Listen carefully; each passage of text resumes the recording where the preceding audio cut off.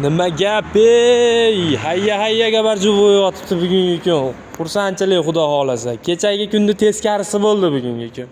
O'ta barokatli bo'ldi bugungi kun. O'sha yig'ishlar boshlandi. 9 tani yig'ib qo'ydik. Ertaga chiqib ketadi 10 ta trenajyor. Svarka ishda. Ishlar vafshi cho'tki bo'ldi bugungi. Trenajyorda quyilishlariga e'tibor beringlar.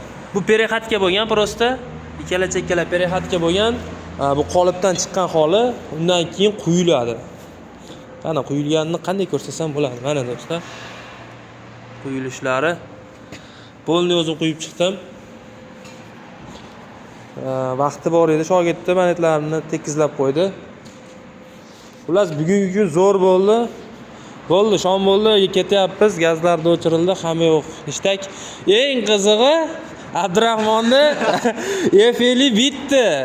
2 hafta deganda bitdi. Vafshi. Qani 2 hafta edi. Xursandchilik. Endi xudo xolasa mashinasini ham bir oyda oxirigacha cho'zsa yaxshi bo'lib ketadi. Ishlar yurishib ketadi. Vafshi. Bugun o'zi zo'r kun bo'ldi, barakali bo'ldi. Uydagilardan tortib, bankomatgacha gap eshitdim. Kim ko'rsa so'kdi bugun bu bolani.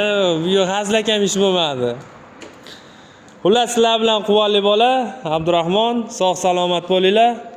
Obuna bo'lib qo'yishingiz esdan chiqmasin, like, komment, o'z fikrlaringizni yozib qoldiringlar izohlarda.